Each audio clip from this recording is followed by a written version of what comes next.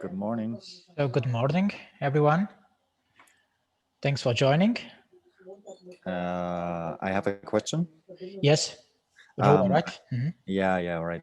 I'm at work and I can't stay today. I just wanted to say, All right. yeah, to give the info out. Okay.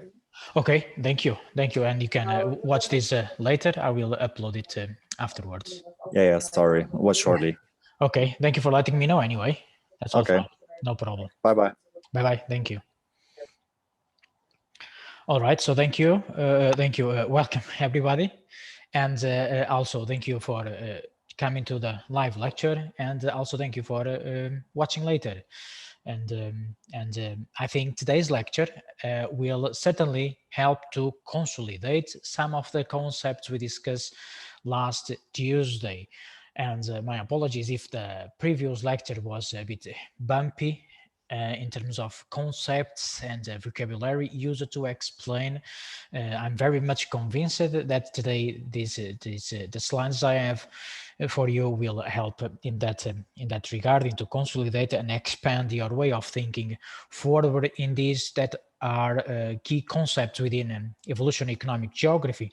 And also, if we altogether overcome these two lectures, I'm also very much convinced that all the remaining lectures will go very much very much smoothly towards the end, and everything is very much interrelated. And I hope you are also finding the approach I'm taking here as being interrelated. And to some extent, I'm following the handbook on evolutionary economic geography, but with a number of new concepts that I think they are important in today's context. I'm always very worried that we remain very much focused on the proto-theoretical backgrounds, and we tend to forget also in research the current episodes of our economic organization or social needs. So I bear in mind when I'm preparing the lectures the present time, and these I try to bring these concerns towards the lectures. And I think this is also very much important to you, because in the next months you will be working somewhere, and you'll be confronted with issues that are rooted not far away in the past, but you have to address them in the present time with the skills and techniques and the resources that you have at hand.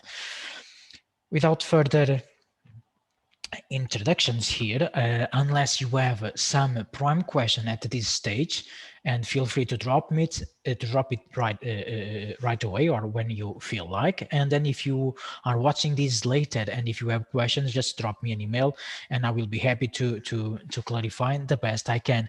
And I'm also thinking, if it happens that in some contexts your questions are in the way that require an overall explanation to everybody, I will record an explanation of 10-15 minutes, just focus on one concept, and then I will also upload in the same place. So today we'll recap the previous lecture, which paves the way to the discussion on path creation and to the discussion on resilience thinking and resilience strategies within regional contexts, primarily in which we cannot forget the urban areas.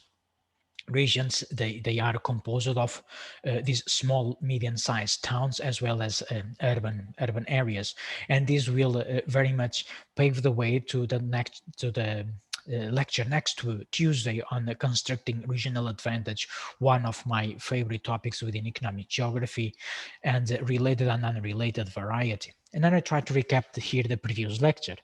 I mentioned to you that the genesis of this path dependency theory comes from the work of Paul David and Brian Arthur, and they published several papers which now are understood as the foundation of the path dependence theory. You will come across of these names throughout the literature you have in your ONLAT platform.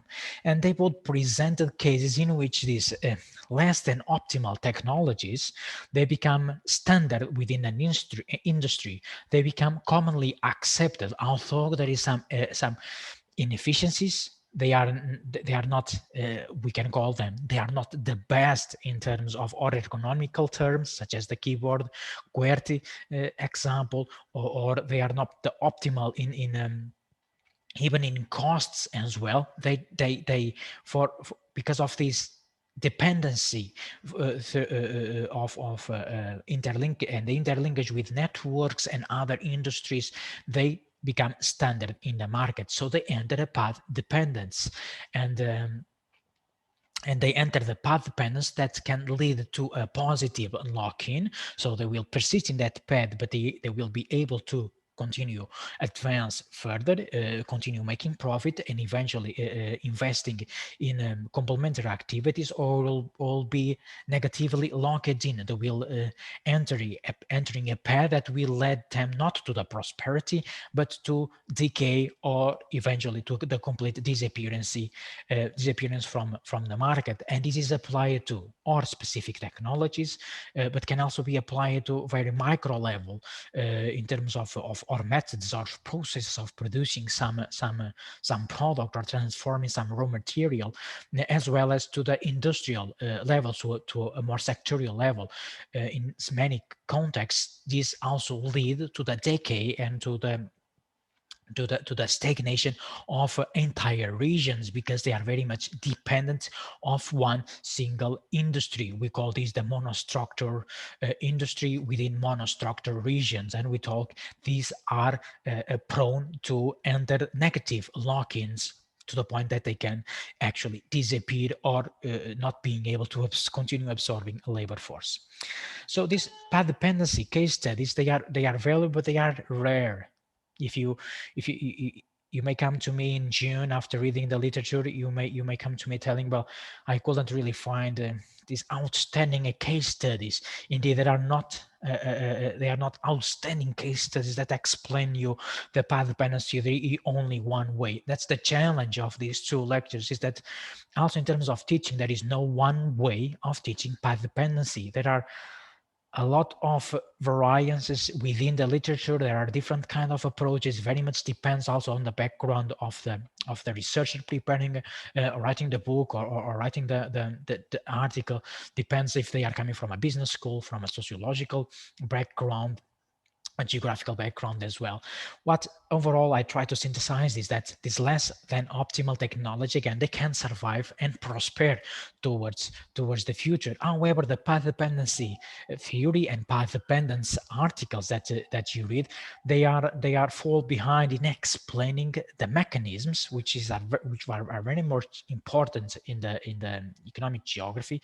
They are incapable, or they neglect the explanations of the mechanisms behind these processes of path dependency, and what leads to lock-ins, and what leads to the or to unlocked process of developments, how these industries, technologies, or regions can overcome these lock-ins. There are some examples, but not that many. So you have to also be very keen in your research if you look for these specific cases. What's the meaning of this winner here is that the path dependency theory, and also a recap, and this is very much essential. It tells that this path dependency within technologies or industrial sectors, the historical accidents lead to these to the emergence of triumphant of winners within a specific sector of activity, an industry, a technology.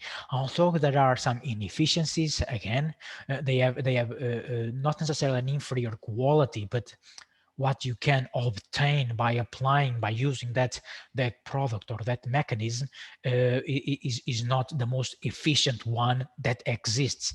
But there are a number of conditions, and sometimes these are simply accidents. That's what the literature tells us. These accidents led these less than optimal technologies or industry to become standard in a market. What happens here is that this approach tends to minimize or does not pay enough attention, and that's the critique I'm doing here, very much based on the literature. And you also, and most of the critics in the economic geography pointed out that this understanding that suboptimal technologies, inefficient products or mechanisms acquire a position in the market and it becomes standard, they minimize the capacity, the firm agency and entrepreneurs agency. What does it mean? It means that capacity that they have to shape historical processes and also conquer the market to some extent. The path dependency tends to neglect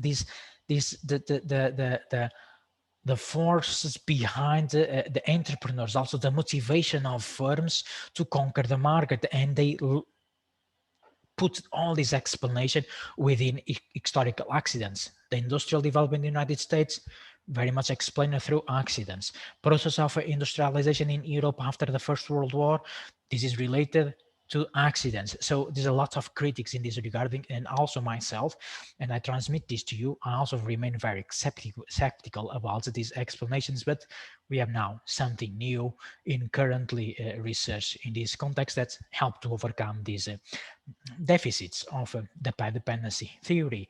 So summarizing, history matters from a path dependency theory. You know also that history matters in evolutionary economic geography, understanding all this evolution through time. But ideas also matter, and this is particularly relevant in today's context, where companies, firms, multinationals, small suppliers, entrepreneurs, startups, as well, they want to respond to the current context. They want to respond to prime requests from the markets, from all of us, from the consumers in different domains, from services to final products that we find in the supermarkets. One diagram that explains everything we have been discussing here. We have been discussing that these historical accidents lead to the development of one path.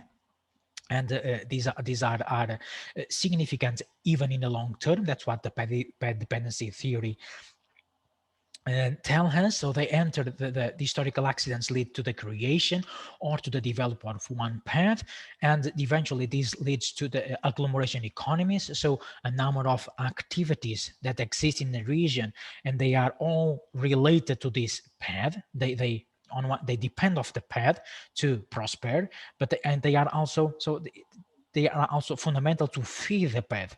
So we have some sort of a vicious and virtuous cycle here between the path and the activities that are in the surrounding of this path. Well, the path is just well, you have to try to visualize the path that doesn't exist in tangible terms, but the interdependencies, the networks that exist between our firms or the industrial sector overall help to feed the path, and on the other way around, the path helps these other firms to sustain, and then to what? To enter or lock-in process in which they can prosper. Okay, that we are talking about positive lock-ins, but they can also enter the process of a negative lock-in. So for some reasons, also very much related with uncertainty, unpredictability, also some accidents in the process, they are not able to overcome this locked in process, and they eventually will disappear completely from the market if they are not able to do the two things we mentioned in the previous lecture. If they are not able to adjust or to enter a path renewal, if they are not able to renew or their mechanisms, their processes, or their sources of energy. Okay, I think this very much summarizes what we have been discussing. And again, what I want to call your attention is that there's still a lot of unanswered questions within the path dependency theory and all the studies that have been undertaken in this context. And Martin and Sandley, 2006, not so far in time, summarize in these tables some of these problems and limitations of the path dependency approach. I'm trying now to do something different than in the previous lecture, try to put the key ideas here, not to spend the time reading the slides. Causes and consequences. The meaning here is that it's very difficult to really to disentangle, to try to simplify the causes and the consequences of this path dependence. There are some literature that goes a bit further in this context. They are able to really to truly explain the why firms or industries or regions enter this path dependency. Understanding all these circumstances, but it's difficult to make a distinction between causes and consequences. That's what the Martin and Sunley tell us. Is also the literature remains also short, and there are a number of gaps explaining if these lock-ins are inevitable. Do all firms that are in this development path with the same kind of technology embrace the same kind of production mechanisms and processes? Do they will all enter a lock-in period, or they can continue prospering without feeling themselves locked in that path? Well, there are very few case studies explaining in detail this process. That's why there are a number of research questions that can here also influence you to think through a certain topic for your essay, for example, and to also think beyond the assignment for this module, for example, to think that when you are confronted with an understanding of the path dependence within a technology or within an industry, within a region, you have to be aware that you use this concept, this theory, and this both theory or concepts, they are not enough to explain all the dynamics that exist. So you have to go also beyond and use eventually other concepts, or also develop your own way of thinking, try to answer some research questions. And the question that remains very much unanswered is how paths emerge. And there is a variety of approach in this context. And we could even have one entire model explaining the path creation / path development processes.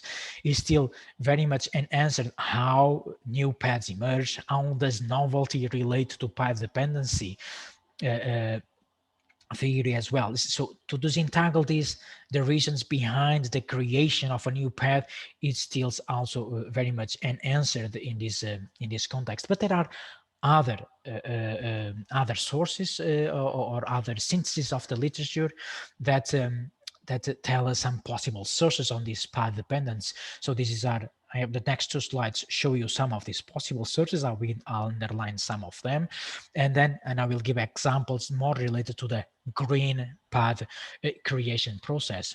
So first, tell us that these paths, they are the result of the availability of resources. We talk at length about these regions development path that are shaped by the dependence. So they depend on a particular raw material, or coal or oil or forestry products. They exist. They are located in that specific territory because they are close to the source of raw material, but in other contexts, they are located elsewhere, but they very much depend on one raw material. So they enter here a path as they are specialized in transforming that raw material, or they need that raw material to as an energy source, and they will continue this path towards the future, and eventually they will prosper. Eventually they will enter a lock-in, or eventually they will be able to continue prospering without really entering any negative lock-in, stagnation, and completely disappearance of the market.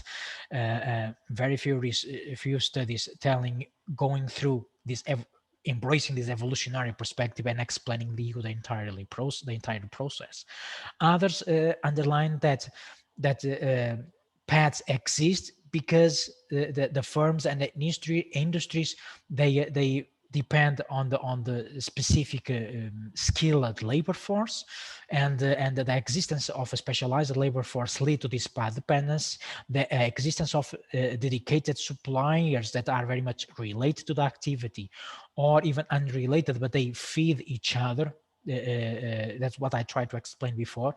They help the path to appear, to emerge, and to solidify the presence in the overall economic landscape. And then there are also rooted practices which in some specific context of literature, these rooted practice, I translate them as these routines, these ways of doing the things, the ways also exploring the knowledge spillovers that exist when you are talking about, for example, a cluster, trying to understand to what extent this knowledge exchange help to the development of complementary or related technologies or mechanisms that can continue solidifying this path. And one that goes in line with one of the questions in the previous lecture from Niels, the profit making goals. Multinational companies, or not multinational but large corporations, they need the small suppliers to continue to prosper, but the suppliers, they also need these large corporations to retain their profits. So that's the only way they have to survive, because they depend of this multinational to place their products. One way of explaining the emergence of bad dependencies, not necessarily the emergence of paths. That's this is related, but then the next examples probably will clarify in that regarding. Also, in some contexts, there is the exploration of technological niche within a specific sector of activity. So specialized region technological regimes or innovation systems lead to this path dependency, and the regimes here very much translated the assortment of norms, of rules, of legislation as well, of decision-making styles as well. So we can easily translate this. I'm coming from a country where we live during 40 years under one regime, dictatorship. So, there's some sort of a common way of dealing with, in this case, with a governance of one territory. And these regimes very much explain these common practices, these acceptable norms and approaches and attitudes lead to this path dependency. And there are also a number of lobbies or pressure groups that are very much in favor of the maintenance of these regimes and overcoming rooted regimes or interest from private actors. That is also very much complex and requires a way of thinking that goes beyond economic geography, eventually try to explain also some psychological behaviors. And fundamentally, all this interrelatedness that exists across one spatial cluster, across firms and across regions, the dependence that exists between firms and between industries and inter-industry and intra-industry. All these linkages and dependencies, they all feed the path and they all contribute to path dependencies. And then you also may encounter, okay, but he's telling myself I'm using or same vocabulary, and then to explain different overall conceptualizations, interlinkage, regional technological lock-ins. I keep talking about interdependencies. Well, it's not only my mistake or my weaknesses. The literature very much also underlines this kind of vocabulary, the interlinkage, the inter-industry relationships leading to this path dependency. So, and this makes the definition of path dependency complex, as there is no one size fitting all. There are different ways of exploring the concept, and there are a lot of critics in between. So we have to embrace both the more standardized approaches and also the critical ones to build our line of reasoning. And interesting to see is that the development of paths, they also co-evolve in the complex way, and the key co-evolution here is some novel in our discourse. In this model, that these interdependencies, the existence of a dependence within a specific path, the result not from the activity of one single actor, but sometimes in combination with other actors. That's what the co-evolution means here. That's the premeditated preparation or premeditated planning of activities that solidify this path. And so that's what the Martin and Sunley underline as a mutually reinforcing co-evolution. So one sustains the other, one feeds the other, and one supports the other. Why? Because they are needed. in terms of profit, they need one and another to continue maintaining their profit. And Kenny and Van Burg explain this mutually reinforcing co-evolution as the reason behind the creation of the path within Silicon Valley. Many other some small elements that is necessary to understand within Silicon Valley's creation and grow, but partly these mutually reinforcing processes are related with exploration of technology, are related with exploration and exchanges of skills, methodologies, procedures within industries led to this path creation. And again, I underline again, indeed, history matters, but we have again to be critical in this context because real time also matters, and more than ever, I think, in today's context of the challenge we have in the society, being them related to social inequality, very much close to core approaches within economic geography, of being them related to biodiversity conservation, going a little in a different direction than economic geography, climate change mitigation. All these requires an approach that probably is completely unrelated to the past, and then sends does not completely neglect the effects of the historical process of the or path dependency, but asks us to approach certain subjects, certain understandings of the economic, the organization of the economic landscape in a more day-to-day context. So we cannot neglect the prime needs of the present, and then sometimes we say no to some production processes, we say no to some companies that are using unsustainable sources of they are producing materials that are coming from no renewable resources, for example, or they are using unethical process in their production, or they are also treating unequally their labor force. So, and we many times we say no because there is no planet B. In this case, there is no way of that we can accept all these this utilization and this approach that remain very much rooted in the past. We have to embrace the novelty, and we have to embrace the things and see also this approach from a new direction. And before we entered here a break, try to summarize the difference between the development of a path within a more path dependency theory. Again, they tell us that paths emerge as being a chance, the result of historic accidents, and very much the serendipity is very much encroached in this path dependency theory, that something happens as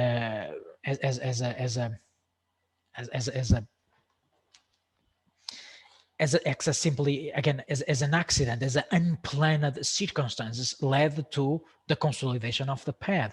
And this, of course, opens up a lot of critics. And other to respond to these critics that not all paths are the result of historical accidents. There are a branch of literature explaining in more detail the creation, and I sympathize very much with the word creation instead of the emergence of path dependency. And they pay attention to the real-time influence, as what I was saying just before, and the mindful deviation from an existing path. So when there is a solidification of the idea of one entrepreneur or one firm that invests in trying to invest mindfully, okay, with awareness of the possible outcomes. They try to enter a new development trajectory, not necessarily a path. And we call it path because it's part of the economic geography discourse, but we can simply call trajectories. And in many of these companies, they never heard about, well, your path, you are very dependent of this path, and they may not be able to acknowledge, or may even not be able to recognize, what are you talking about path? I'm just simply doing my own business, and we have been able to prosper in this trajectory. So there is also, you have to be reminded, this discourse and this usage of concepts within a certain discipline that happens in many others, in cultural geography and environmental psychology as well. So there's a number of discourses that are attached to the way research has been conducted. So path creation tells us that it's necessary to give attention and pay attention to premeditated, to planned efforts to enter a new development trajectory, enter a new path. And remains, again, try here making a distinction, and even well-reputed researchers such as Krugman, a Nobel laureate years ago, uses this discourse of small accidents, of random events, to explain partly process of industrialization in the United States. So the literature will underline this, and Krugman relates this to that the localized offer increased returns. So it happens that these technologies or industries, they were able to make large amounts of profit. So by accident, they lead to the emergence of one path, and then this path led to emergence, to the appearance of other firms, and related on unrelated. And we'll see in the next lecture what the meaning of this, the conceptual meaning of related and unrelated, and eventually they will lead to a regional path. And so these small firms, they will expand into a sector. There are a number of firms that they directly related to one activity, and they will lead to one spatial cluster eventually, and then that spatial cluster will enter a development path and be dependent of that path. Another two approaches explaining the path creation more from a path dependency point of view that suggests that paths originate from a window of location of opportunity, maybe contrary to what this concept here can tell us. A window of location opportunity does not mean that the firm will locate where other firms are located. What the pioneers of this concept, Scott and Storper, in 1987, that's the prime paper in this concept, tell us that large firms, they enjoy the freedom to locate anywhere they want, because they have resources to import raw materials, they have resources to attract skilled labor force. So they somehow they do not need to be located where already a specific technological path exists, but they are free to locate where they want, and then this will lead to the emergence of a new path. Others tell that the emergence of these new paths depends on the knowledge that exists, on the resources, we talk about this, but also the existence of other companies, in this case, for example, multinationals, but also the immigration of entrepreneurs. This often leads to new paths, depends on the strength of this entrepreneur, on their capacity and their network as well to establish that idea, and from that idea gain a position in the market and become a standard. And also government policies, or being them, and primarily they are related with tax incentives or direct funding to attract companies, they also can lead to path creation. That's what these papers are talking about. And I think now it's a good moment, before we went to the example of path creation within the green industry related with this green entrepreneurship we talk on the third lecture, is nice to do a break here, and we'll catch up in 5 minutes.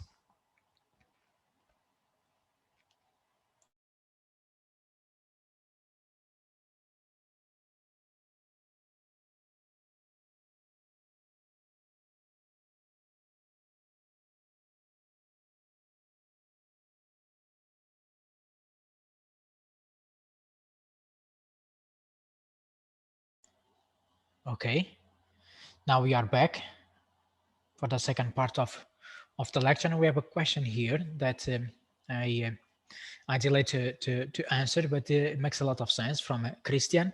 And Christian asks, what what do I mean with historical accidents? Indeed, it's a good question. I neglect this part, and I shouldn't.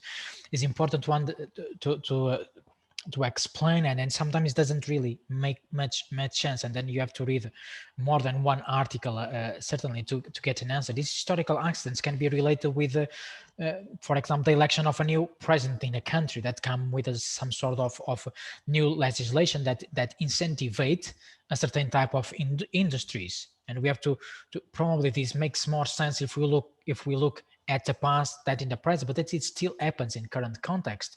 You just try to imagining that currently new paths are being developed in the US because they have a new president.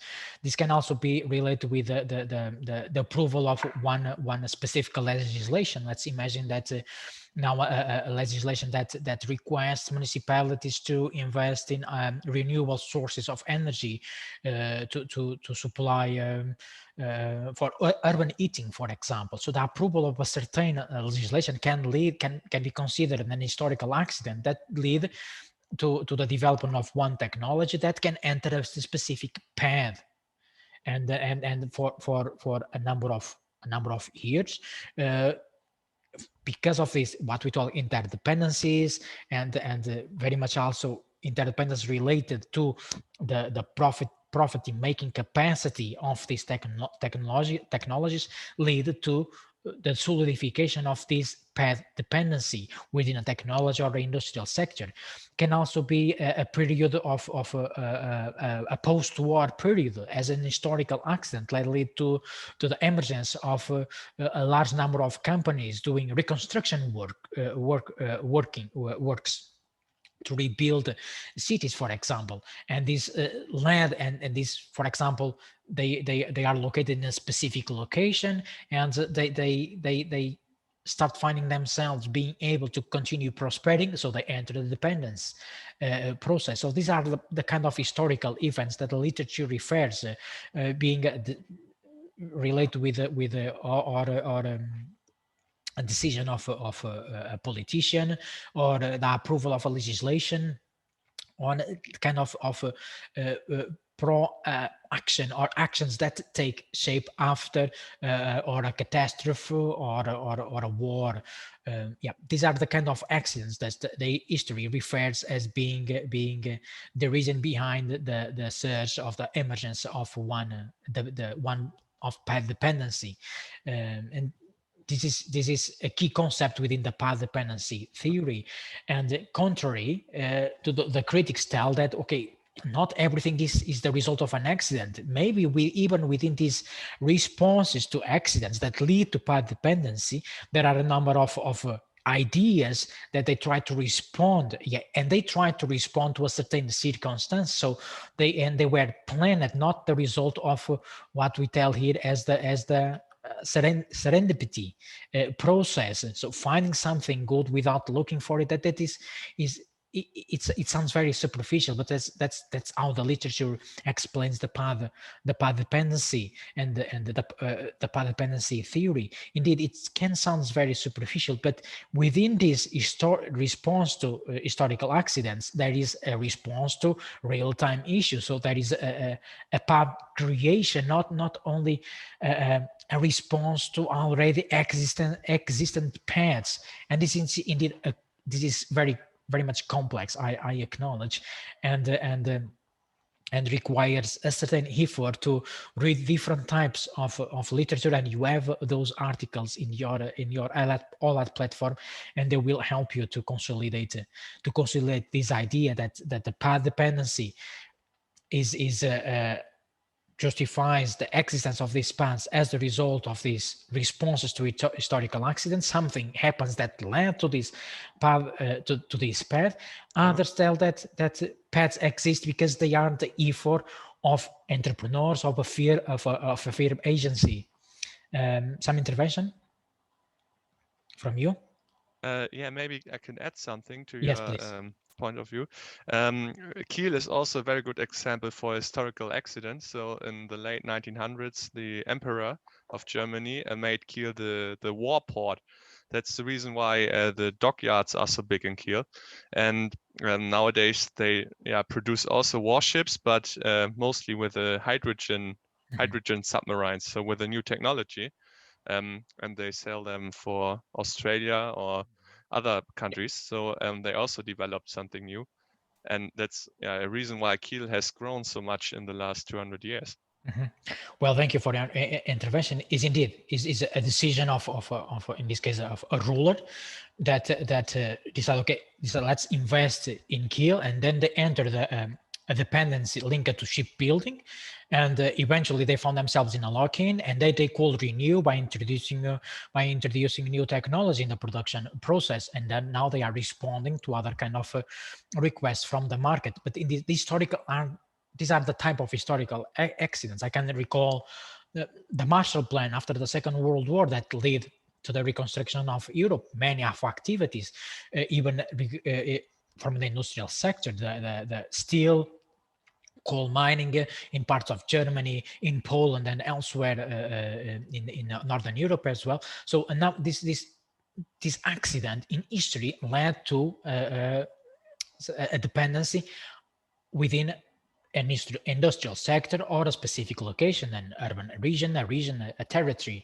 That's the way I like to put it. So we embrace a more multi-scale approach. And this currently happen also very much related with this green industry. Thank you both for coming with this question and the explanation. I think they are very helpful. And if you're still very much in doubt, also please feel free to join the debate. That's what the live lectures are intended to. So within these green industries, this paper by Michaela Tripoli from Vienna explains it, I think, in very nice detail. So the green path creation is very much the result of academic spin-offs or spin-offs not necessarily related to academics that start a green or environmental friendly business. We discussed this at length as well. Examples of this, not necessarily related with academic spin-offs. Maybe this is a topic of your interest, but we are not exploring it in specifically. These are examples of the currently exploration of the photovoltaic industry in Norway and Germany, and also elsewhere in Europe and in the world. And here's the paper is in your OLAT platform, and this group of authors, they describe the types of green path development, not path dependency, okay, path development, the surge, emergence, the appearance, and they call, again, sometimes you can also call path development a path renewal. There's a lot of conceptual interlinkage between these concepts: path diversification, path importation, and again path creation. However, I will put path creation as an overarching concept for these other three terms. So that's why I underline in the standard terms we call this path creation. Let's try to with some examples they maybe become a bit clear. So path renewal, what these authors tell us that this is the greening of existing industry. So we have a number of industries, the shipbuilding, for example, that's the example they give, entering a so-called a green path. They try to renew their mechanisms, their processes, the way they deal with raw materials, etc. And they try to enter to enter or to renew that path that and the processes within. So there is an exploration of intra-path. So they try to also to bring knowledge from paths that exist elsewhere. They try to understand how other regions, for example, deal with technologies, or how they incorporate technologies in the shipbuilding industry, and they try to renew their path and enter a more eco-efficient business model by adopting eco-efficient or environmental friendly practices. And the example of this, you have the shipbuilding industry. I just learned that it also happens in Kiel, the introduction of hydrogen in the shipbuilding. And feel free to come with an example afterwards. They give the example of the introduction of hydrogen or the introduction of fuel cell technology in the shipbuilding industry in Norway. And Norway is an example of this transition towards green paths. So there's a path renewal of the shipbuilding in parts of Norway, in where the shipbuilding entered the path dependence, and they try to renew this path by introducing a new type of technology that can turn the ships more eco-friendly.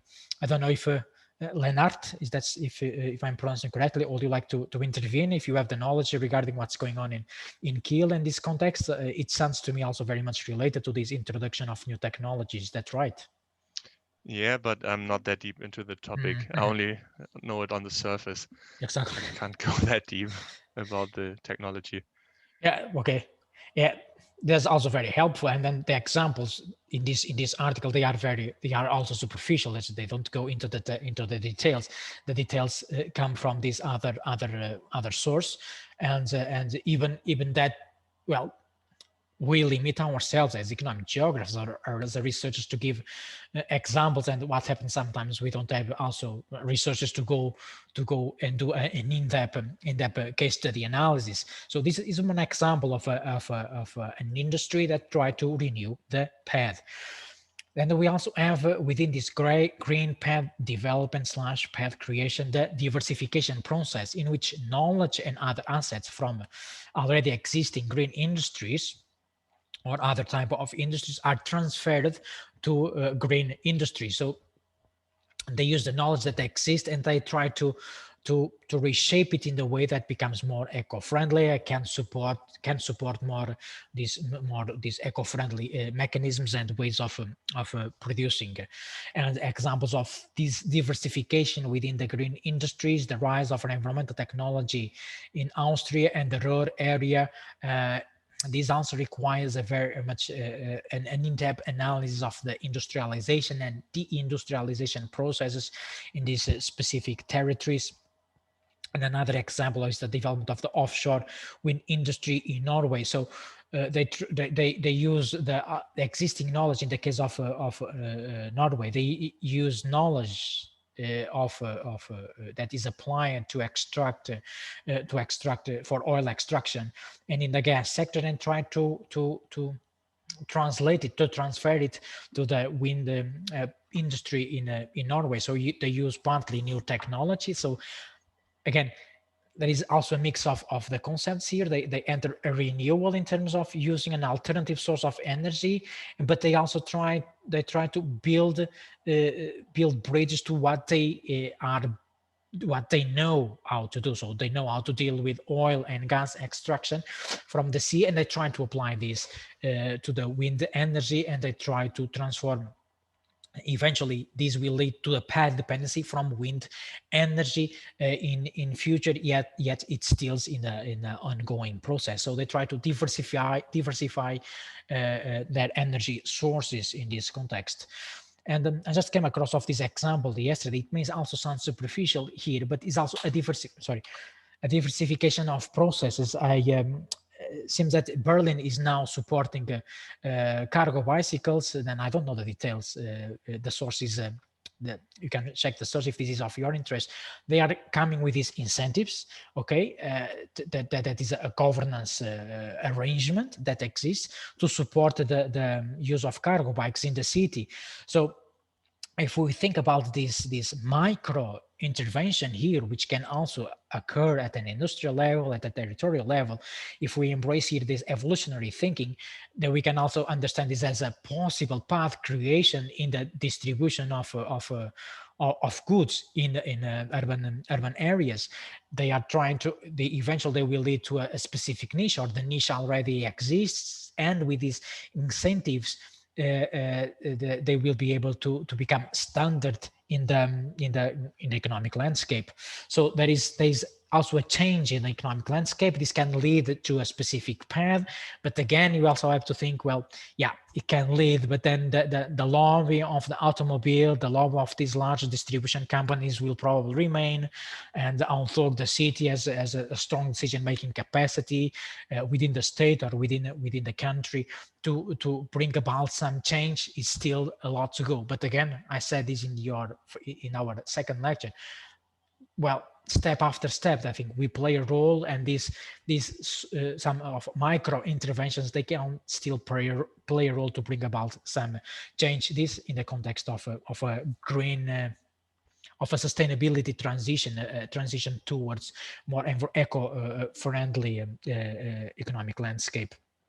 But also the question is important to understand this in the okay, this will bring certainly benefits in terms of climate change mitigation, but we also have to understand if they are really fulfilling the needs of the local communities. Then we have to bring the question of, is this really part of these integrative developments? Are all sectors being able to take advantage of these transitions? Again, is just calling your attention that when we are or seeing an example that just came across yesterday on my Twitter feed, we have to immediately embrace this critical way of thinking. Okay, one side, there are positive aspects, there are synergies, but there are also trade-offs. Maybe these will lead to the disappearance of some jobs in some other specific sectors. How to overcome this job loss in these other sectors, how to transfer knowledge from this other sector to the other one, how we can diversify the path or eventually renew one. And it is also within this definition of green path development, the path importation. That means very much importing our ideas or technologies in the legal and ethical way from or other firms, or located elsewhere to a specific territory, to a specific technology. There are not many examples at the moment, and in this context, migration and entrepreneurs that migrate between regions, they also play a role in this context. All these talent attraction initiatives by cities and regions, they also play a role in this path importation. So within a path importation, you will have the creation of a new path, but it's still in the genesis is the importation of one idea or one technology. And the example that is given is the on-site water recycling in Beijing. So they import on-site water recycling from other industries to try to experiment this in some parts of the city in Beijing. But again, the literature falls short in explaining in detail these mechanisms. And idea here is also to bring you some examples. And here in the next two slides, I respond to Neil's question from the last lecture. Indeed, as I said, within the path importation, migration plays a role, and there are specific literature exploring these rules of migration patterns, of migration policies within path creation. And this one example focus on the European industry, in which they compare, they use often what they use here to make this assessment is the registration of patents in the specific regions or in specific countries. Depends how the administrative organization of registering a patent. In some other studies, they go through the registration of spin-offs, for example. They try to access the statistics in this regard, to try to understand the role of high-skilled and not necessarily high-skilled migrants in developing a new business. And they tell that highly educated natives from Europe, but also in a smaller coefficient, high-skilled migrants, they contribute to the new industrial development within Europe, still in very reduced percentage in comparison with the natives, yet they still play a significant role. The reality in the North American, particularly in the United States, is slightly different, as they rely very much in high-skilled and low-skilled migrants to boost that economic activities. And in this paper here, they provide some interesting statistics that 90% of the US-based Nobel Prize winners in the 90s, they are coming from a migrant background. So this is partly not necessarily related with the surge of a new industrial path, but eventually the ideas developed within the research conducted by these Nobel Prize, they eventually led to a new technology. They eventually led to new mechanisms of producing and transforming raw materials, and therefore to the transformation of the economic landscape. And again, an example that you find in many publications. The Silicon Valley, that's 50% of the engineers and scientists. They also have a migrant background, and they are the basis of the development of the Silicon Valley in the different domains that exist there. So what some of this alternative approach to the path dependency theory they tell us is that the entrepreneurs, the inventors, those that come with the idea, that they mindfully deviate from existing practices or past practice. They mindfully deviate from consolidated paths. They play a role in the development of new paths, and again, the governance also plays a role through founding, through the creation of new associations, new organizations, new even cultural spaces for debate that eventually will lead to the search of new ideas, so-called creative centers, for example. There's a specific name where these ideas, incubators of ideas. Search is very popular in Southern Europe because of European Union policy. They try to incentivize the creation of these centers to develop ideas. All they play a role in the possible search of new paths. Not everything, not all ideas, not all entrepreneurs will be able to create a new path. Eventually, they will contribute to. Eventually, they will just follow their planification through without leading to a path. In some circumstances, the literature, examples, and case studies tell us that these altogether can lead to a new path. Summarizing the previous 4 lectures, and we didn't talk much about complexity theory, and now we will not talk about that, but we explore this linkage between the evolutionary perspective coming from Darwin, from evolutionary biology, how this relates to evolutionary economy, the role of the history of past practice and past decision makings, the influence in the organization of the economic landscape within path dependency theory. We talk about firm dynamics, industrial dynamics, lock-in processes, and path creation, a little bit of branching, and we'll talk more about next lecture, the search of alternative industries that try to respond. In this case, respond means supplying a larger corporation, and the genesis of these new paths, call it developments or creation, partly justified through the accidents from a more path dependency theory. They emerge by chance or by accident, and other strands of the literature that underline that this is everything deliberated, planned, and intentionally. So this also leads to new development to new paths in specific or in a sector or in a region. So this very much summarize all this discussion from these historical events, and the key lessons is that although the literature has been neglecting partly this mindfulness of decisions influencing the path, is important to underline how these ideas from entrepreneurs, from inventors, that result by a solo effort, by the effort of one single person, or the result of a combination of efforts. And then we talk about the co-evolution and co-path creation. They also play a role in the existing paths in the current economic landscape of regions. So we talk about also there are specific sectors of activity they are more prone to enter a negative lock-in, and they can then embrace an adjustment and a renewal process to try to unlock their development process.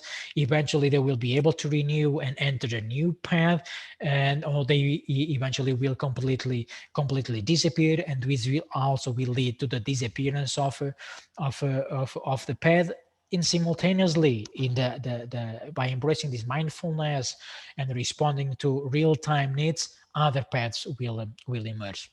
And if you are if you want a straightforward publication summarizing all of these today's lecture and the lecture of last Tuesday, you have this in your OLAT platform, and in my point of view explains very well the path dependency theory since Paul David and Brian Arthur to the path creation process.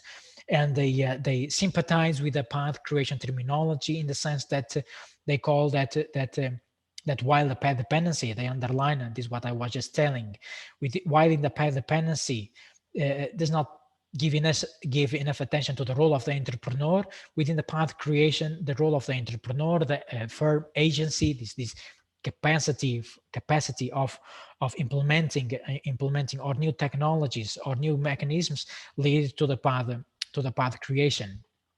And by mindful deviation from the existing path, those that write about path creation tell that entrepreneurs often need to change the endogenized social practice, means that is a rooted practice, and these entrepreneurs, they try to break with current practice and try to develop their activities out of that path.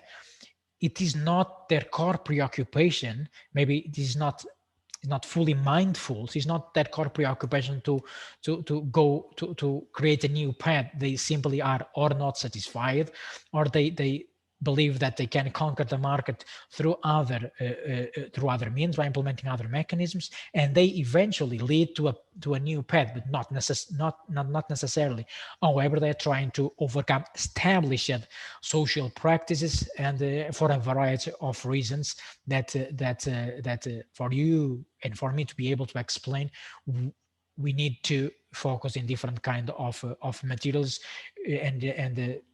and the different kind of manuscripts or articles published in different type of journals, those that have a more social approach, others that have a more economic approach, to truly be able to understand the reasons for these entrepreneurs to try to break the existing social practices, regulations, or commonly accepted ways of doing the things in economical terms. And altogether, both this path dependency theory, the path creation within a technology, industry, or a region, they eventually lead to a regional structural change. Partly, we didn't talk about this before, and we're not talking about regional structural change as these new paths breaking the existing paths can lead to a complete transformation of the economic landscape of a region. And examples putting it in the simple way, the transformation of a traditional textile industry to a high-tech industry that invests in more advanced processes that try to respond also to certain needs of the market. And in other cases, so we are talking about in structural change from the transition from an industrial based to a knowledge-based economy, but we also can talk about the transition from an industry to a reindustrialization process in which this region continues, in which the main activity of the region will continue to be an industry, but they embrace alternative ways of producing, or they incorporate technology. And there are regions that embrace structural change, and they transition from coal mining, for example, to a tourism activity, for instance, or they transform their brownfields that are no longer needed to support industry, for example, and they try to transform those spaces into the leisure economy, or just transform them to green spaces, and therefore support the well-being and the quality of life of local communities. Eventually, in these brownfields, housing development will also occur. So all of this is part of what we define in regional structural change. And the work conducted by the Fraunhofer Institute is at the forefront in this context. And is a very nice working paper. And sometimes the working papers explain the concepts better than official papers published in academic journals. And this specific one very much goes beyond the current explanations of regional structural change. It explains very well all these components that are behind the structural change, and again, this, when we talk about structural change, there is no single definition for it. We can talk about entering a post-industrial process or a neo-industrial process, and the literature often approach it in this way, or this region. That's why we talk about regional structural change, moves completely to an alternative sector of the economy, service-oriented, for example, and as we talk about the knowledge economy. They try to incorporate more technology in their production process, and they try to absorb labor force in this regarding. If they don't have it, they implement these talent attraction strategies we talked about before, or by using by taking advantage of decision making of external funding, they enter a new industrial path. They try to incorporate technology in that industrial process. But we also have different kind of changes. Again, they can just lead to new housing developments in old industrial areas, or that transform brown fields that used to be shipyards, for example, or used to support some heavy industry in the railway sector, for example. And then some of these brown fields also lead to other alternative activities, leisure activities, green spaces as well. The best examples that exist, there are many others around the world, primarily in China and in urban regions, but also in Europe, and the best ones are in Central Europe. And Christian, you like to intervene? Yes, actually in Kiel there's a place, it's called Strandfabrik, and it's in the northern part of Kiel, in Friedrichsort, and it is the former place where they built locomotives and trains and stuff. And now there's a co-working space, and they aim to create an innovation hub. And yeah, that's actually the brownfield transformation in Kiel. Well, thank you so much. That happens indeed. Is happening quite a lot in Central Europe, as I was telling. I bring the example of the Ruhr area, and that example in Kiel is certainly needs to be documented. Is probably a possibility of doing some research in that case study. So that is indeed this transformation of brownfields that they are used for in support of heavy industry, railway, shipbuilding, or mining activities as well. They are no longer needed. So they went through the lock-in process, the industrial activities, they entered a decay, they completely disappear. The market is not calling for these products anymore. So what the authorities are called to act in this regarding. They cannot just ignore some of them. There is process of land degradation in that areas. So they're trying to look for alternatives. They build these working spaces, they build cultural centers as well. They build these spaces for that try to explore new possibilities for new businesses. These centers for spin-off centers, for example, as the example in Kiel. The most well documented are the ones in the Ruhr, in the case of Germany. Also, there are others. And this structural change is also not only a preoccupation of economic geography, but also of planning, and this involves certainly, as you may understand, a lot of spatial planning and regional planning decision making as well. And this chapter number 18 explains this through a planning perspective, and the other one explains it more through an economic geography process. So the idea in this, the road was to transform the region from a gray area, from a gray region to a more green, without neglecting the business, because the business is important to absorb the labor force that exists in one of the most dynamic regions in Central Europe.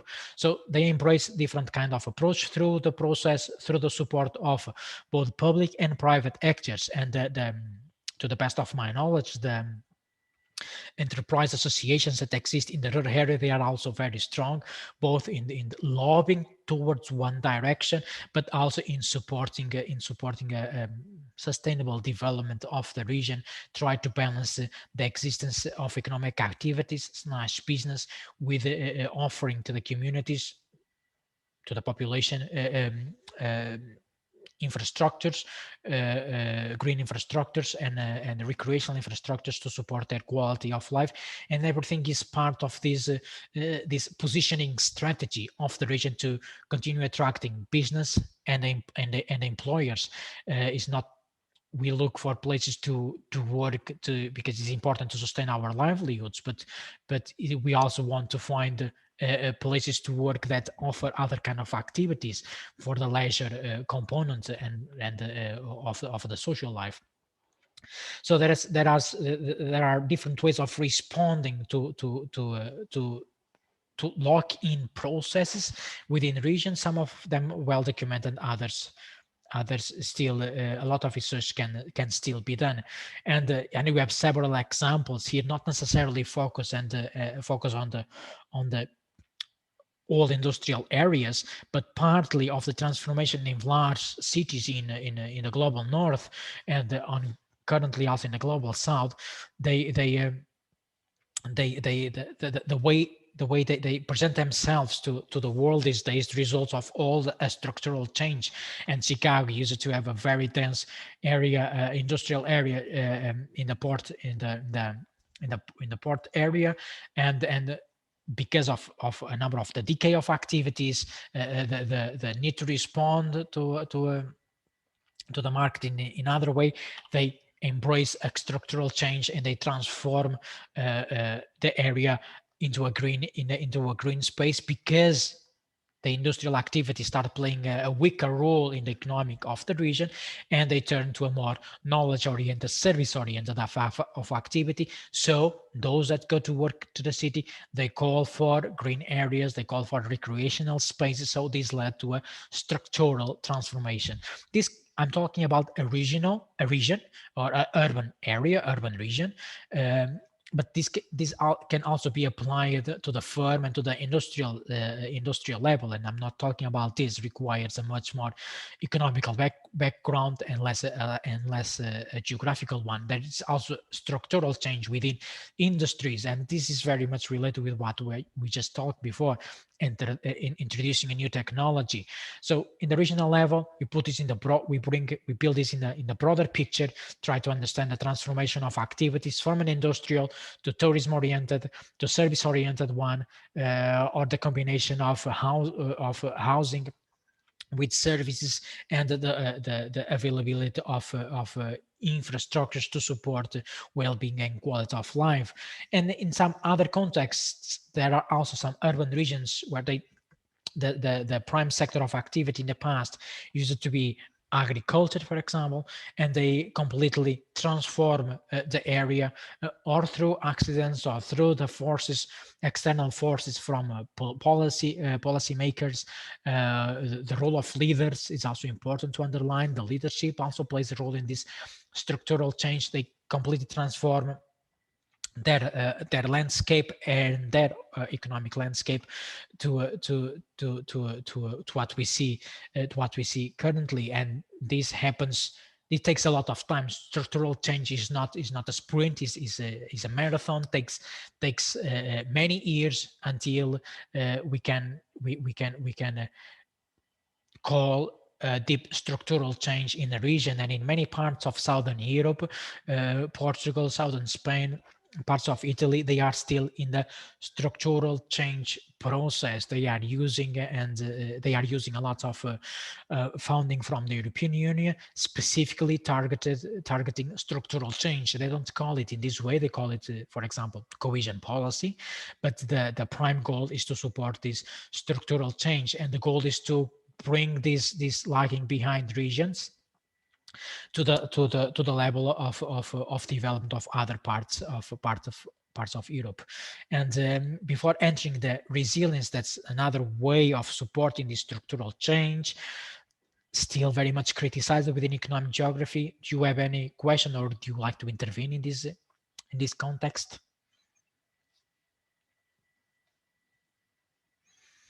Okay, then we carry on for the last part of the lecture, and where we talk about resilience.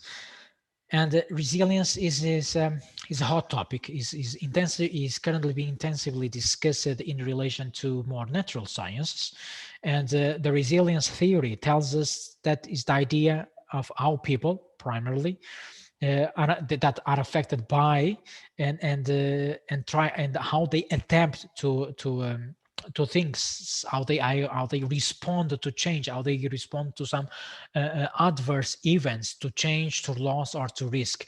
And resilience does not stand as a concept, does not stand by itself. Resilience entails new ways of thinking, entails managing emotions as well, and this is a starting point. So I'm more focused on here on the people, on the capacity of people. It also requires to manage how ourselves we approach and see ourselves in the context. So resilience is as a concept is basically to understand what empowers people to accept and to adapt to certain unforeseen circumstances, and then helps to move forward. Basically, it's the capacity to recover from some difficulty life events.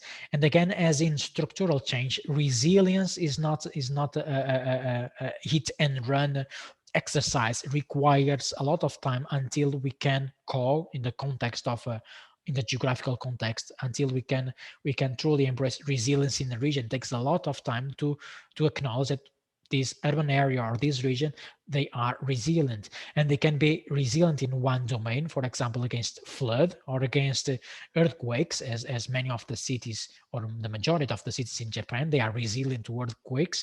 They learn from the past, they implement now new technologies, new ways of building infrastructures, so they are resilient. But it takes years. Yet when they face these difficult times, they probably have to reframe ways of thinking and rebuilding sometimes processes.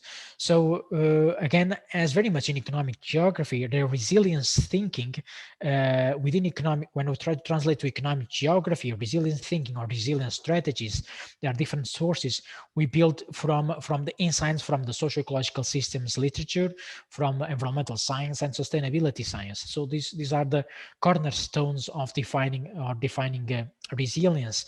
And to the best of my knowledge, also the best institute in this regarding is the Stockholm Resilience Center, but they embrace a much more a perspective of resilience, more focused on the Anthropocene, and their way of developing resilience tries to address grand societal challenges more related to the natural world, biodiversity conservation, for instance. But they also try to prepare the regions that are suppliers of agricultural products, how to transform, to make them more resilient, and overall this will impact the economic landscape, as will eventually will lead to a reformulation of the supply chain across the agriculture sector. So a resilience thinking approach investigates how these interacting systems between people and the environment, natural environment for instance, can be best managed in the face of disturbances or shocks and uncertainty. So resilience is applied to ourselves as a citizens, is applied to industries, is applied to the environment as well, and is applied currently to regions, although in a very, or yet in the still preliminary manner, and open to several critics. And then maybe I have a good example please. for the region resilience. Sorry, maybe the European Union. There's a worldwide chip shortage due to the coronavirus, and most of the silicon chips are produced in Taiwan, and they lagging behind. And due to that, the German automotive companies have to Kurzarbeit. What does that mean in English? Yeah, they have to send people from work, so because they have a just-in-time production. and the European Union wants now to invest in chips or in the Silicon Saxony and so on, and yeah, they have to do it because they are otherwise lagging behind in the economy. Yeah, I think maybe this is related with a new industrial strategy from the European Union that actually was published or released last Tuesday, and I didn't really pay attention to this document yet, but the idea is precisely that, is to make Europe less dependent on external markets such as the Chinese, and the ship and silicon seems one of the sectors that they intend to invest. And this is indeed is a good example on how this policy tried to make Europe more resilient to possible shocks in the future.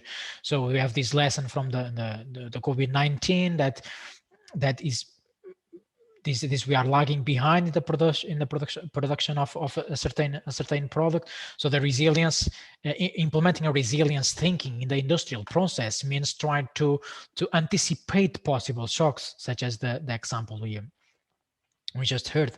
Yeah, that's I think this will open. That's also one of the reasons I wanted to discuss resilience. It was not resilience was not part of the what we call syllabus from previous evolutionary economic geography module, but it's important because I think partly of the discussion in within this multi-annual financial framework from the European Union, the European Green Deal, and related policies such as the industrial policy, they will talk about resilience. We have to be reminded that this is a hot topic, and many disciplines try to import this topic into their discussions. The same is going on with the economic geography, but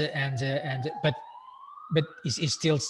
It will be discussed, and it will have been very sad not to bring it to the economic geography, because it will impact. Yet the current publications within economic geography, primarily the books, they are still lagging behind in exploring the resilience concept applied to economic geography.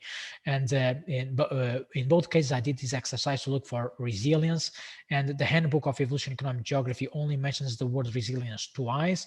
A little more in the handbook of regional science, I try to understand how they define it. They indeed again acknowledge that is a concept that finds its root in the ecological domain, natural sciences, and the idea try to resonate with those from the theory of complex adaptive systems, how systems here is the broader in the broader sense try to adapt to these changing circumstances, is concerned a process of not related of those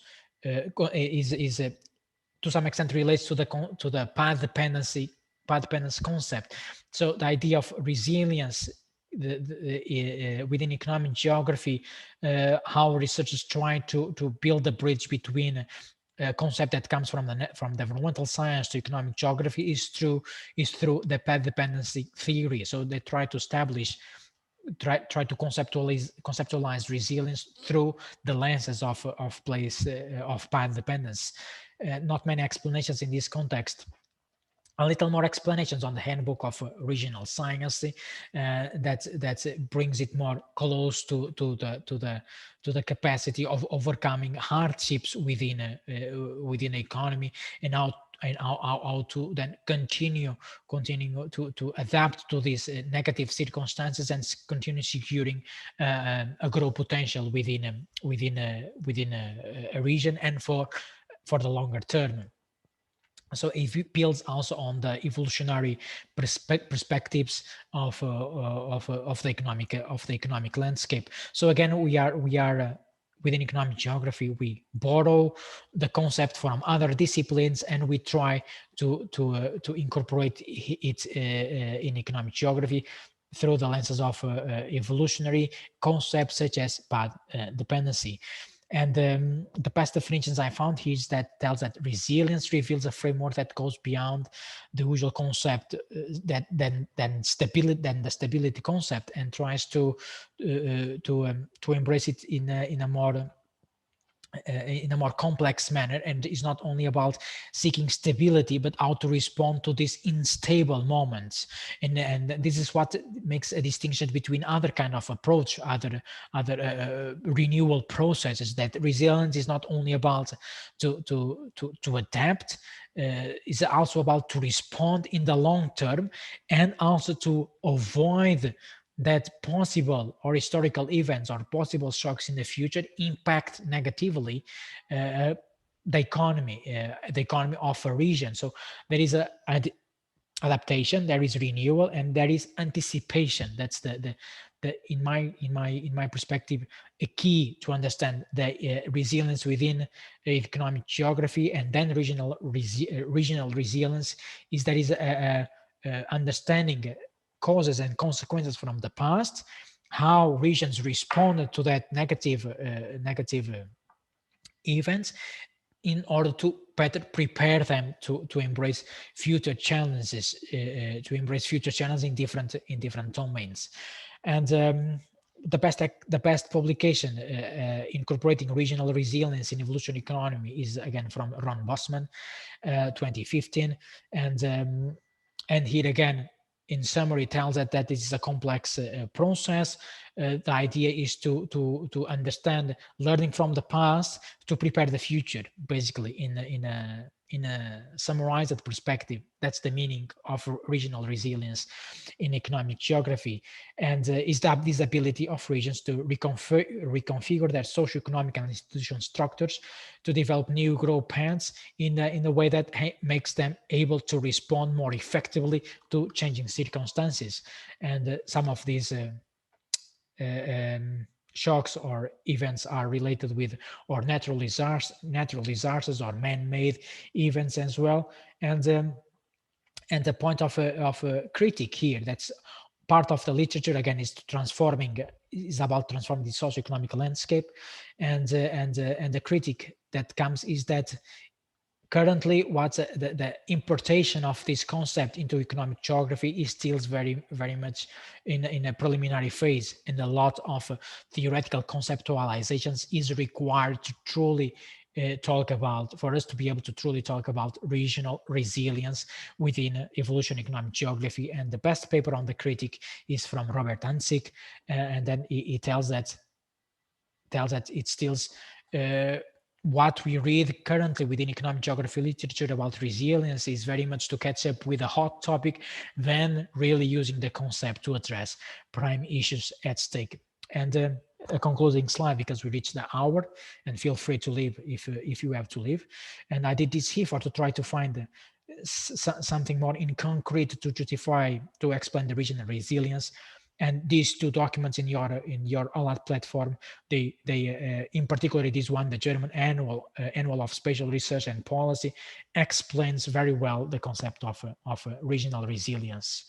So I'm very happy with how this lecture has been evolved through, and I hope these complex concepts of path dependency, path creation, and structural change related with regional resilience remain in your thoughts, and we'll embrace them if this is your desire in future. So feel free to drop me an email, and I wish you a nice rest of the week, nice weekend, and I will see you next Tuesday for constructing regional advantage. See you. Bye-bye. Bye-bye. Bye. Bye. Bye. The chip shortage and resilience of regions, or maybe companies like Apple, they did it with intern house chip. They don't use Intel anymore as their supplier for chips. They use their own chips now, the M1 chips. Is this also a part of resilience of a company, or maybe could that be the topic of a paper? Yep, I think it could be a topic of a paper, trying to understanding the reasons behind the switch of the supplier, right? This is my understanding. It can be partly justified by resilience, but then maybe if they find that the supplier Intel is not being able to respond to their needs, but can also be very much related with cost efficiency eventually. Can also be related with this I'm trying to hypothesize. It can be also related with some change in strategy of Apple, or maybe they are trying to build on the more a closer network that will favor their businesses. But it can be you can disentangle this within a paper, and this is economic geography in the overarching sense. So we can talk about resilience within the industry, and the important is to understand the reasons behind this shift. And giving an explanation of well, they used to have this as this supplier, then currently they are switching to other type of supplier. This supplier is located in this specific market, and then this specific market has a certain characteristic, or maybe they have a higher skilled force, or maybe they are able to place the intermediary good in Apple factories faster than the other. So there are a number of reasons. I'm just here hypothesizing, but I see it as a possible topic. It may require to go beyond this regional resilience concept and more and explore it more related to the business sector. In form of Apple, not only the European Union, but I can also do it with Apple. Yes, you can.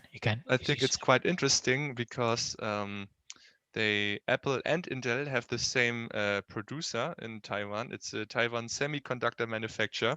They also produce for Sony, for Nvidia, the graphic card company, for Apple, for Intel, for Microsoft. So they are quite big, and I would like to know more about the change of why they don't use Intel anymore, but they also use the same producer of the chips.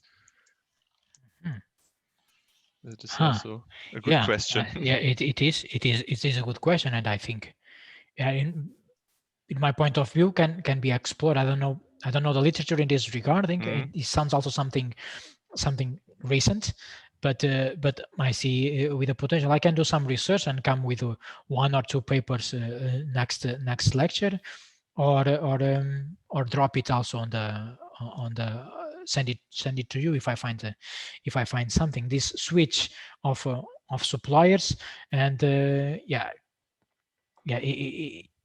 I see there's a possibility of exploring both more related within the regional context, but also very much related with a firm level. So we are not talking about the decision from a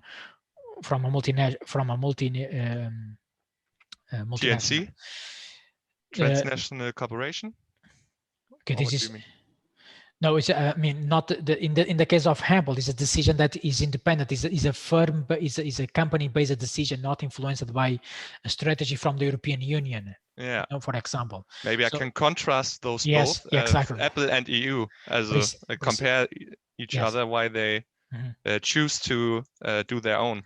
Precisely, that's what I was not able to explain myself. That's precisely what I intended to say.